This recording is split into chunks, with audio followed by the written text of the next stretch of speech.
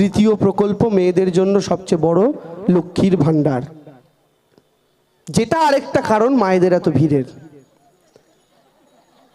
হাসি দেখেছেন? এখন এই লক্ষ্মীর ভাণ্ডার দিদি কেন করলেন আমি আপনাদের বলি। ছোটবেলায় আমাদের বাড়িতে নিয়ম ছিল জানেন তো, দুপুরবেলা খেয়ে দিয়ে ঘুমোতেই হবে, নাহলে মা খুব ঠ্যাঙাতো, ঘুম পাড়াতো জোর করে। এবার মায়ের পাশে শুয়ে আছি, মায়ের পাশে বাবা, দুপুরবেলা ঠিক এরকমই টাইম ঠিক 5টা 5:30 বাজে, শুনতে পাচ্ছি জানলার বাইরে ঘন্টির আওয়াজ হচ্ছে। জানলাটা দিয়ে আস্তে আস্তে উকি মেরে দেখলাম ঝালমুড়ি যাচ্ছে। মাকে বললাম, ও মামা 2 টাকা দাও না, ঝালমুড়ি কিনে খাবো।